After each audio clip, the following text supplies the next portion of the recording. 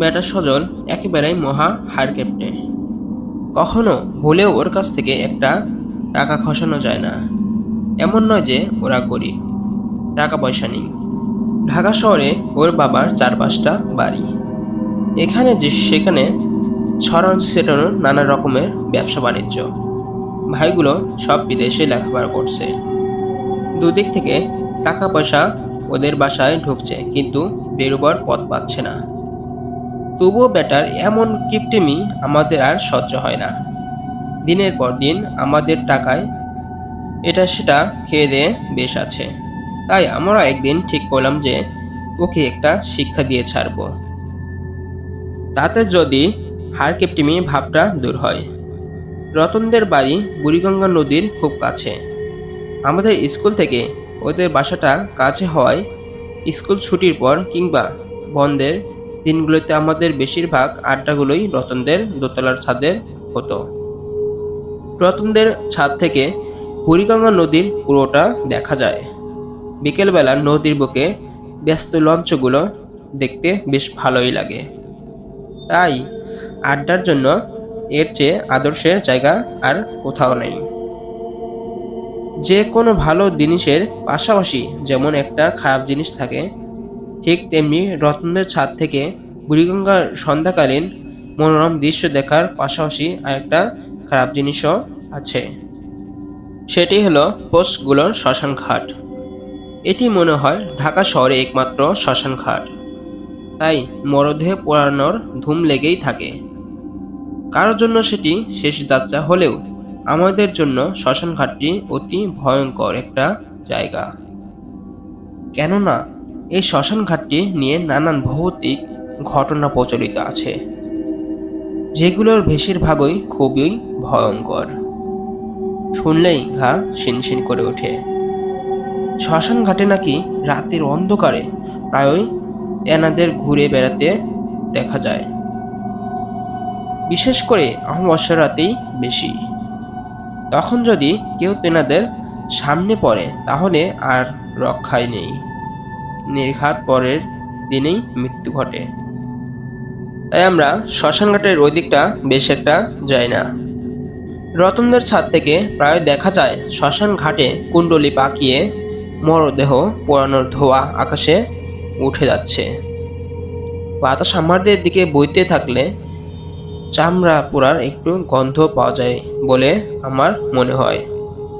যদিও গন্ধ পাওয়ার ব্যাপারটা কেউই স্বীকার করে না, তবুও আমার মনে হয়েছে বার দুয়েক পোড়া চামড়ার গন্ধ পেয়েছি। একদিন সাহস করে আমরা কজন মিলে গিয়েছিলাম শ্মশান ঘাটে লাশ পোড়ানো দেখতে, কিন্তু সে দৃশ্যটা আমি সহ্য করতে পারিনি। ভয় পেয়ে চলে এসেছি। 2-3 জন লোক বিরাট বিরাট লাঠি দিয়ে নেড়ে চেড়ে মরা পোড়াচ্ছে। দেখলেই ঘা ঘুলিয়ে ওঠে। আমাদের মধ্যেই ফিরোজই সব চাইতে সাহসী। ফিরোজ দাঁড়িয়ে দাঁড়িয়ে পুরো লাশ পোড়ানো দেখছে।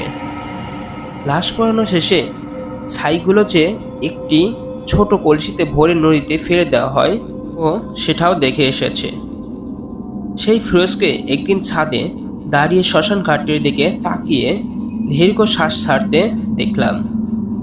আমরা তখন ক্যারাম খেলছিলাম। আমরা বলতে আমি, বাপ্পি, তপন আর সজল। রতন গিয়েছিল নিচে আমাদের জন্য ঠান্ডা পানি আনতে। ফিরোজ একটু দেরি করে আসায় খেলায় অংশগ্রহণ না করতে পেরে দাঁড়িয়ে আছে। সে দাঁড়িয়ে থেকে কখনো নদী আবার কখনো শ্মশান ঘাট দেখছিল। ওকে দীর্ঘশ্বাস ছাড়তে দেখে আমি আর বাপ্পি এগিয়ে গিয়ে ওর কাঁধে হাত রেখে জিজ্ঞেস করলাম, কিরে, কি হয়েছে? ও বলল, না কিছু না। ফিরোজ মাথা নেড়ে কিছু না বলে আমাদের এড়িয়ে যেতে চাইল। কিছু না বললেই হলো।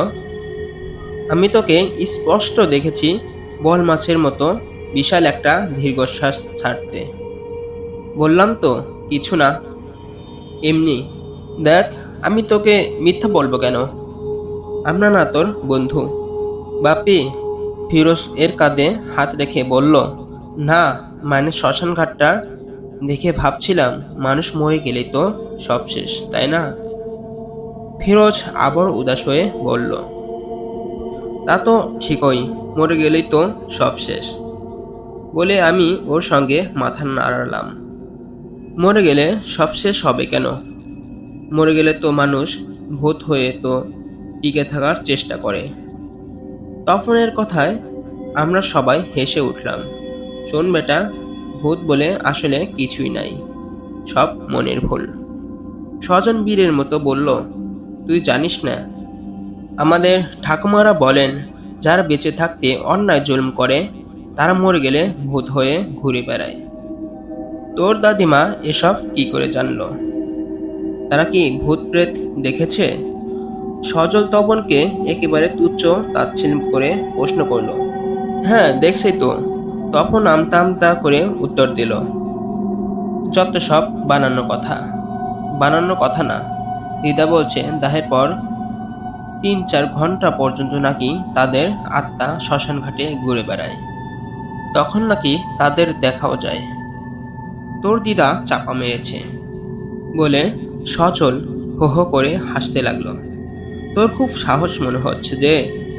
ফিরোজ সজলকে উদ্দেশ্য করে বলল, সাহসই তো, তোর মতো নাকি যে দিনের বেলায় শ্মশান ঘাটে ঘুরে এসে বাহাবা ফলাবো।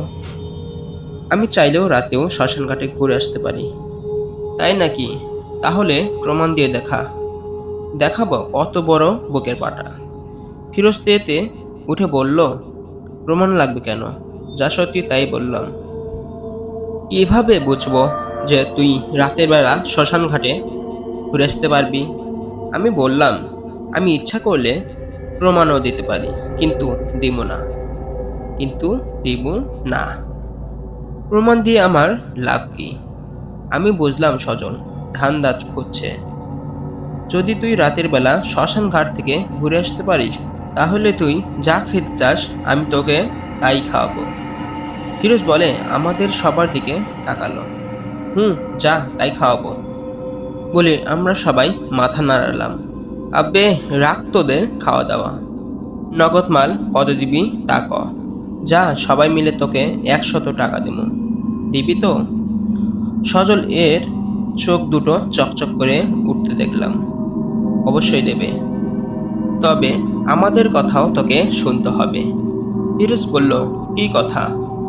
তুই শ্মশানে রাত 12টার পরে যাবি। বলে ফিরোজ আমাদের দিকে চেয়ে একটু হাসলো। আমি মনে মনে ভাবলাম, রাত 12টার কথা শুনে সজল হয়তো পিছিয়ে যাবে, কিন্তু আমাকে ভুল প্রমাণ করে দিয়েও বলে উঠল, রাত 12টা কেন, মাল ফেলে রাত 1টার পরেও যেতে রাজি। তাহলে আজ রাতেই যা। ফিরোজ বলল, ওকে, নো প্রবলেম, আগে মাল দে। আমি বাকির কাজ করি না, জানোসই তো। বাকি মানে হচ্ছে ফাঁকি। আমরা আমাদের সবার পকেটে যা ছিল তা মিলমিশ করে 100 টাকা জোগাড় করে সজলের হাতে তুলে দিলাম। তপন শুধু বলল ও আসতে পারবে না, এতে রাতে নাকি ও কিছুতেই বাসা বের হতে পারবে না। সবাই মিলে ঠিক করা হলো যে রাত 11:30টার মধ্যে আমরা যার যার মতো রতনের বাসার নিচে চলে আসব। তারপর 12টা বাজলে সজল চলে যাবে শ্মশানে, আর আমরা শ্মশানের কাছে কর্কট মেলের গেটে অপেক্ষা করব। 2 স্কুল বন্ধ থাকলেও এত রাতে বাসা থেকে বের হওয়াটা আমার জন্য খুব একটা সহজ হলো না।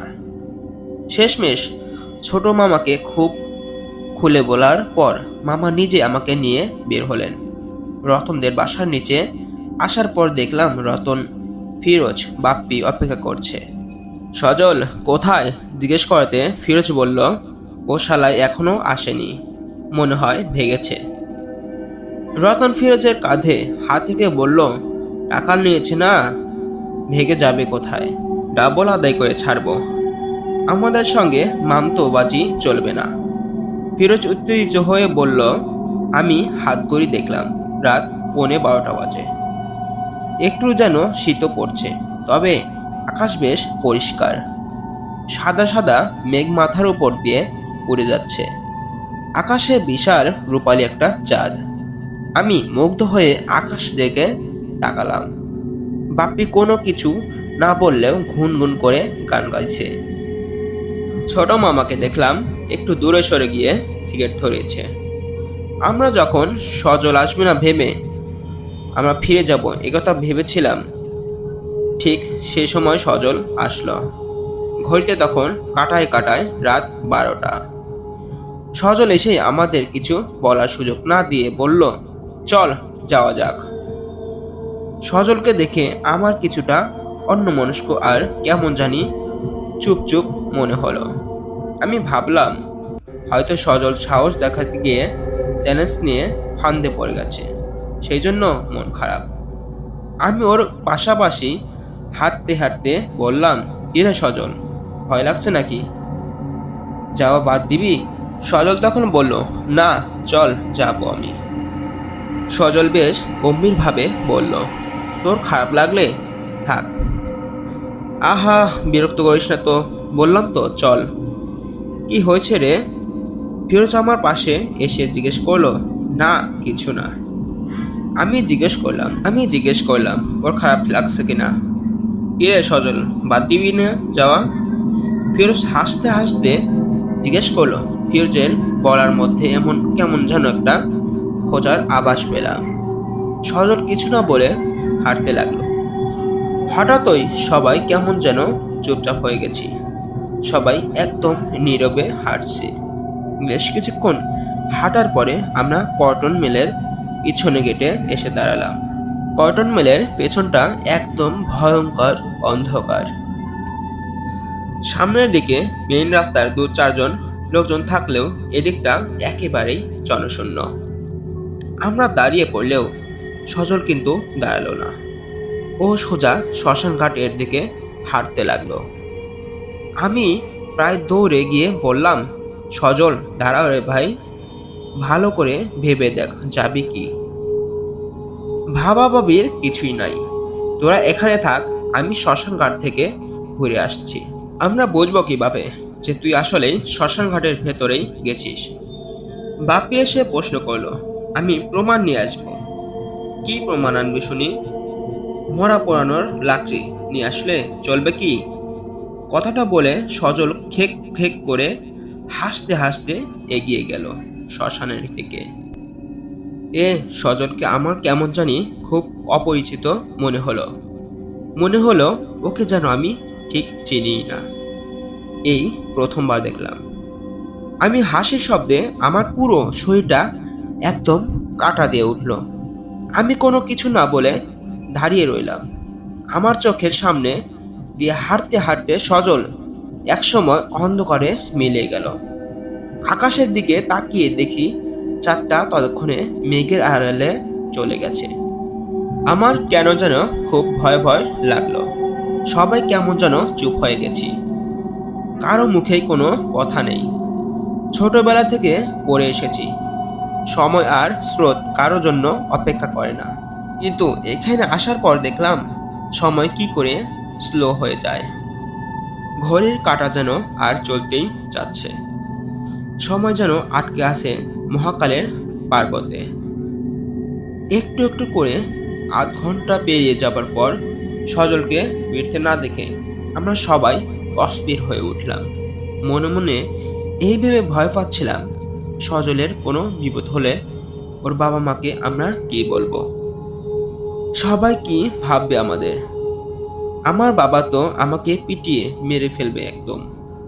ভয়ে মানুষের কলজে শুকিয়ে যায় শুনেছি, কিন্তু আমার বেলায় দেখলাম ভয়ে গলা একদম শুকিয়ে গেছে। মনে হলো একটু পানি খেতে পারলে ভালো হতো। আমরা সবাই অস্থির হয়ে পায়চারি করছি। ছোট মামা একটা গাছের গুড়ির সঙ্গে হেলান দিয়ে বসে আছেন। ফিরোজ একটু পর পর চুপ চুপ করে শব্দ করে বিরক্তি প্রকাশ করছে। আরো আধ ঘন্টার যাবার পরে আমি বললাম, চল আমরা গিয়ে দেখি ও এখনো আসছে না কেন। মামা বললেন, তাই চল, আমার মনে হয় ওর কোনো বিপদ হয়েছে। ফিরোজ কিছু বলতে যাচ্ছিল, বাপ্পি হঠাৎ করেই বলে উঠল, তোরা যা, আমি বাবা মরে গেলেও শ্মশানে যাব না। মরতে হয় এখানে দাঁড়িয়ে দাঁড়িয়ে হাসি মুখে মরে যাব, তবুও বাবা শ্মশানে যাব না। অগত্য আমরা রতন আর বাপ্পিকে রেখে রওনা দিলাম। যাবার সময় ওদের বলে গেলাম, আমরা যদি আধা ঘন্টার মধ্যে না ফিরি তাহলে ওরা যেন যা ভালো মনে করে তাই করে। ওরা একজন অন্যজনের গায়ে গা ঘেঁষে দাঁড়িয়ে থেকে মাথা নাড়ালো। শীতটা যেন হঠাৎই বেড়ে গেছে। আমরা একজন অন্যজনের গা ঘেঁষে চাঁদের আলোয় হাঁটছি। কারো মুখে কোনো কথাই নেই। সবাই যেন বোবা হয়ে গেছি। বেশ কিছুক্ষণ হাঁটার পর ফিরোজ হাত দিয়ে সামনের দিকটা দেখিয়ে বলল, ওই যে দেখ, কে যেন হেঁটে যাচ্ছে। ওর হঠাৎ করে বলে উঠল। আমি বেশ চমকে গেলেও সামনের দিকে তাকিয়ে দেখলাম, সত্যি কে যেন খুব ধীরে পায়ে হেঁটে হেঁটে শ্মশানের দিকে যাচ্ছে। আমার সাহস বেড়ে গেল। আমি বললাম, সজল না তো? মামা বললেন, মনে হয় না। 1 ঘন্টা আগে রওনা দিয়েও ও এতক্ষণ নিশ্চয়ই এখানে দাঁড়িয়ে থাকেনি। তাহলে হয়তো নাইট গার্ড হবে কেউ। তাড়াতাড়ি পা চালা, কাছে গিয়ে দেখি কে ওটা। এই বলে ফিরোজ জোরে হাঁটতে লাগলো। আমি আর মামা জোরে পা চালালাম। হাঁটতে হাঁটতে নদীর পাড় দিয়ে আমরা অনেকটা দূরে চলে এসেছি। আমাদের সামনে হাঁটতে থাকা আবহাওয়াটা এবার বেশ স্পষ্টই দেখা যাচ্ছে। চাঁদের আলোয় চাদরে শরীর ঢেকে গেলে দুলে লোকটা এগিয়ে যাচ্ছে। কিন্তু একটা বিষয় লক্ষ্য করে আমরা অবাক না হয়ে পারলাম না। আমরা জোরে জোরে পা চালিয়েও লোকটার কাছাকাছি হতে পারছি না কেন?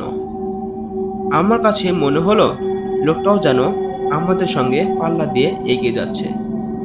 এক সময় ফিরোজ জোরে হাঁক দিয়ে বলল, এই যে শুনছেন, একটু দাঁড়ান না, আমরা ওদিকে যাব। লোকটা আমাদের দিকে না তাকিয়ে মেয়েলি গলায় মিনমিন করে বলল, এগিয়ে আসো। কিন্তু আমরা আরো জোরে জোরে পা চালিয়েও লোকটার কাছাকাছি হতে পারলাম না। এভাবে আরো কিছুক্ষণ হাঁটার পর হঠাৎ মামা বললেন, দাঁড়াও তোমরা, আমার মনে হয় আমরা খারাপ জিনিসের পাল্টায় পড়েছি। আমি আর ফিরোজ সঙ্গে সঙ্গে দাঁড়িয়ে গেলাম। সমগ্র শরীর কি দিয়ে ঘাম টপ টপ করে পড়ছে। ফিরোজ প্রশ্ন করল, খারাপ জিনিস মানে কি মামা? খারাপ জিনিস মানে হচ্ছে খারাপ জিনিস। দেখছো না আমরা কত চেষ্টা করে ওটার কাছাকাছি হতে পারছি না। আমার কথা শুনে আমার সারা শরীর একদম ভয়ে ঝিমঝিম করে উঠল। ফিরোজ কিছু বলল না, চুপচাপ একদম দাঁড়িয়ে রইল। মামা বললেন, দাঁড়িয়ে থেকো না, হাঁটতে থাকো। ওটা যদি বুঝতে পারে যে আমরা ভয় পেয়েছি তাহলে খবর আছে আমাদের। আমরা ধীরে ধীরে পায়ে পায়ে আবারও হাঁটতে লাগলাম। এক সময় ফিরোজ ফিসফিস করে বলল, মামা চলেন ফিরে যাই। ফিরোজ যেন আমার ওই মনের কথাটাই বলল। মামা বললেন, আমরা অনেক পথ চলে এসেছি, এখন সামনে যাও, যা পিছনে যাওয়া তার চেয়ে আরো বেশি ভয়ঙ্কর। দোয়া দুরুদ পড়ে বুকে ফু দিয়ে হাঁটতে থাকো। আমি মনে মনে দোয়া দুরুদ পড়তে চেষ্টা করলাম, কিন্তু পারলাম না। কিছুই যেন মনে পড়ছিল না। ভিড় ভিড় করে উল্টো পাল্টা কি সব করলাম। একটা মোড় ঘুরে শ্মশান ঘাটের কাছাকাছি আসতেই হঠাৎ করেই 4টা মেঘের আড়ালে চলে যায় চারদিক একদম ভয়ঙ্কর অন্ধকারে ঢেকে গেল। আমার শরীর একদম ভারী হয়ে আসছিল তখন। আমি আর ফিরোজ ভয় পেয়ে মামার জামা টেনে ধরলাম। মামা বিড়বিড় করে বললেন, ভয় পাবি না, একদম ভয় পাবি না। মামা ভয় পেতে না করলেও আমি কিন্তু ঠকঠক করে কাঁপছি। আর মামাকে ধরে একটু একটু করে এগোচ্ছি। শ্মশান ঘাটে ঘেটে আসার সঙ্গে সঙ্গে 4টা আবার মেঘের আড়ালে হতে বের হয়ে এলো। মনে মনে আল্লাহকে ধন্যবাদ দিলাম। ততক্ষণে আমাদের সামনে হাঁটতে থাকা লোকটা কোথায় যেন উধাও হয়ে গেছে। লোকটাকে আর কোথাও যেন দেখলাম না। আমরা গেট দিয়ে শ্মশানের ভেতরে ঢুকলাম। পুরো শ্মশানে শুনশান নীরবতা। ঝিঝি পোকাও কোথাও যেন ডাকছে না। আমরা সজলকে খুঁজতে লাগলাম, কিন্তু কোথাও ওকে দেখা গেল না। গেটের কাছে দাঁড়িয়েই ফিরোজ এই সজল বলে বার দুয়েক ডাক দিল, কিন্তু কেউ কোনো উত্তর দিল না। রাতের অন্ধকারে সে ডাক প্রতিধ্বনিত হয়ে ফিরে এলো। মামা বললেন, চলো ভেতর দিকে যাওয়া যাক, হয়তো ও ভেতরেই আছে। মামা আমাদের জন্য আর অপেক্ষা না করে পা বাড়ালেন। আমরাও দুরু দুরু বুকে মামার পেছনে পেছনে যেতে লাগলাম। কিছুটা ভেতর ঢুকে বাম পাশে ঘুরতেই কিছু দূরে চার কোনায় চারটা কালো লোহার মোটা রড পোতা উঁচু একটা পাকা জায়গা থেকে বুঝলাম এখানেই হয়তো লাশ পোড়ানো হয়। তার কিছুটা দূরেই ডান পাশ দিয়ে নদীটা দেখা যাচ্ছে। আমি সেখানে গিয়ে অনেক জোরে জোরে ডাক দিলাম সজলকে। বললাম, এই সজল, সজল। নিজের গলা নিজের কাছেই যেন অপরিচিত মনে হলো। সজল এখানে নেই। মামা কথাটা বলে নদীর দিকে এগিয়ে গেলেন। আমরাও তার পিছন পিছন গেলাম। নদীর ঘাটটাও ফাঁকা, কেউ নেই চারদিকে। এদিক সেদিক ভাঙা মাটির হাঁড়ি পাতিল কলসি পড়ে আছে। বাম পাশের একটা গাছ থেকে কুরকুর করে একটা অচেনা পাখি ডেকে উঠতেই আমরা সবাই চমকে যাই। একবার মনে হলো ঝেড়ে একটা দৌড় মারি। আমাদের মনের অবস্থা বুঝতে পেরে মামা বললেন, আমার এখন মনে হচ্ছে সজল তোদেরকে ফাঁকিয়ে দিয়েছে, ও এদিকটায় আসেইনি। আমি বললাম, হতেই পারে না মামা, ও তো আমাদের সামনেই এদিকে এলো। আসলো তো, সেটা তো আমি নিজেও দেখলাম, কিন্তু তাহলে ও গেল কই? কোনো বিপদ আপদ হয়নি তো আবার ওর? ফিরোজ ফিসফিস করে বলল। ঠিক এমন সময় মামা বলে উঠলেন, এটা কে রে? সঙ্গে সঙ্গে আমি আর ফিরোজ চমকে উঠে মামার দেখানো হাত বরাবর লাশ পরানোর বেদিটার দিকে একদম তাকিয়ে নিলাম। তাকিয়ে কিছু দেখতে না পেয়ে ফিরোজ বলল, কোনটা মামা? ওই যে বেদিটার বাম পাশের রডটার কাছে এসে বসে আছে। ভয়ে আমার বুকের ভেতরটা কেমন যেন ধক ধক করছে। হাত পা একদম ঠান্ডা হয়ে আসছিল। মনে হলো জ্ঞান হারিয়ে পড়ে যাব আমি। ভালো করে তাকিয়ে দেখি সত্যি কে যেন হাঁটুতে ভর দিয়ে বেটায় বসে আছে। মামা জোরে জোরে বললেন, কে রে ওখানে? তখন কেউ আসলে উত্তর দিল না। মামা এবার এগুতে লাগলেন। আমরাও ঘোরের মধ্যে মামার পেছন পেছন যেতে লাগলাম। বেদির কাছে ছায়াটার কাছাকাছি হতে সেটি আস্তে ধীরে উঠে দাঁড়ালো। দেখে মনে হলো কোনো তারা আছে। মামা আবারও বললেন, কে কে ওখানে? আমার কাছে মনে হলো কে যেন নাকি স্বরে উত্তর দিল, আমি। আমি কে? মামা আর একটু জোরে জিজ্ঞেস করলেন। ছায়াটা প্রথমে কিছু না বললে হঠাৎ খোঁত খোঁত শব্দ করে বলে উঠল, তুই কে রে শুয়োর? আমাকে জিজ্ঞেস করিস আমি কে? আমরা এ কথা শুনে ভয়ে চমকে উঠলাম, কেননা ছায়াটার চোখের পলকে আমাদের সামনে এসে দাঁড়িয়েছে।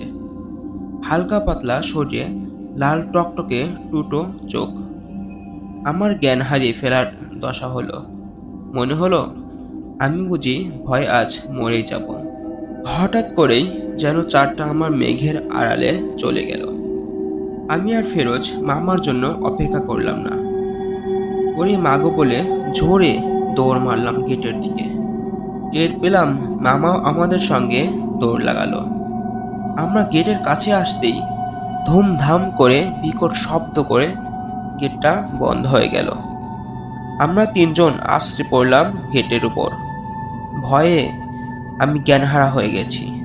গেটের মধ্যে দু হাত দিয়ে আঘাত করতে করতে হিস্টিরিয়ার রোগীর মতো দরজা খোলার জন্য চিৎকার করতে লাগলাম। পেছন ফিরে দেখি ছায়াটা হাসতে হাসতে আমাদের দিকে এগিয়ে আসছে। আমরা যা যা বলে চিৎকার করতে লাগলাম, কিন্তু ছায়াটা বাতাসে ভেসে ভেসে আমাদের দিকে এগিয়ে আসতেই লাগলো। মনে মনে ভাবলাম, আজ বুঝি জীবনের শেষ দিন। তখন হে আল্লাহ, মাফ করে দাও, মাফ করে দাও বলে 2 হাত দিয়ে মুখ ঢেকে ফেললাম। ছায়াটা আমাদের কাছ থেকে যখন হাত 3 দূরে, ঠিক সে সময় কে যেন খুব গম্ভীর গলায় বলে উঠল, দাঁড়া, ডোন্ট মুভ। সঙ্গে সঙ্গে ছায়াটা থেমে গেল। আমি চমকে তাকিয়ে দেখি নদীর কাছে ভাঙ্গা হাড়িগুলোর কাছে আরেকটা লম্বা ছায়া দাঁড়িয়ে আছে। ছায়াটা লম্বা একটা আলখাল্লা পড়ে আছে বলে আরো লম্বা লাগছে। চুলগুলো কানের দুপাশে পড়ে আছে। ছায়াটার হুকুমে আমাদের দিকে আসতে থাকা ছায়াটা থেমে গিয়ে ভয়ঙ্কর ভাবে গদগদ শব্দ করতে করতে হুকুমকারীর দিকে ছুটে গেল। কিন্তু হুকুমকারী ছায়াটার দিকে 2 হাত উপরে তুলতেই ছায়াটার ছিটকে একদিকে পড়ে গিয়ে বাতাসে মিলিয়ে গেল। আমরা এবার হুকুমকারীর ছায়াটার দিকে তাকালাম। দেখলাম ছায়াটা আস্তে আস্তে উপরের দিকে উঠে যাচ্ছে। আর ঠিক সে সময় খটাং করে গেটটা খুলে গেল। আর আমরা দাঁড়ালাম না, ঝেড়ে দৌড় মারলাম। এক দৌড়ে কটন মিলের ঘেটে আসতে দেখি রতন ওর বাবা চাচাদের ডেকে এনেছে। সবাই মিলে শ্মশানে যাওয়ার জন্য প্রস্তুত হচ্ছিল। আমরা ফিরে আসায় সবাই বাসার উদ্দেশ্যে রওনা হলো। সজল কোথায় জিজ্ঞেস করাতে রতন বলল, ওর বাসাতেই আছে, ওর বাবার সঙ্গে আমার আব্বুর কথা হয়েছে। ও বাসায় গেল কি করে জিজ্ঞেস করতে রতন কিছু বলল না, বলল কাল কত হবে, এখন বাসায় যা। পরিশেষে পরের দিন সকালে ঘুম থেকে উঠেই মার কাছে শুনি সজল এসেছে, ড্রয়িং রুমে বসে আছে। আমি ড্রয়িং রুমে ছুটে গেলাম। ড্রয়িং রুমে গিয়ে দেখি ছোট মামা সজলের সঙ্গে কথা বলছেন। আমাকে দেখে সজল উঠে দাঁড়ালো। আমি বললাম, তুই কি আছিস তো সজল? সজল মাথা নেড়ে পকেট থেকে 200 টাকা বের করে আমার দিকে বাড়িয়ে দিয়ে বলল, আমায় মাফ করে দে, আমি কাল রাতে ভয়ে তোদের কাছে আসতে পারিনি, খুব ভয় পেয়ে গিয়েছিলাম। এই নে তোদের বাঁচির 200 টাকা। আমার তো আঙ্কেল গুরুম সজলা বলে কি, তাহলে গত রাতে আমরা কার জন্য শ্মশান ঘাটে গেলাম? কেই বা আমাদের সামনে দিয়ে হেঁটে হেঁটে শ্মশানের ঘাটে গেল, তাহলে কি ওটা সজল ছিল না? তাহলে ছিলটা কে? সবার কাছে একটাই রিকোয়েস্ট থাকবে, আমার ঘটনাটি কেমন লেগেছে তা কমেন্ট বক্সে জানাবেন। আর আমাকে আপনার নতুন নতুন ঘটনা ইমেল করে পাঠিয়ে দিন ভূতওয়ালাহরর@gmail.com-এ।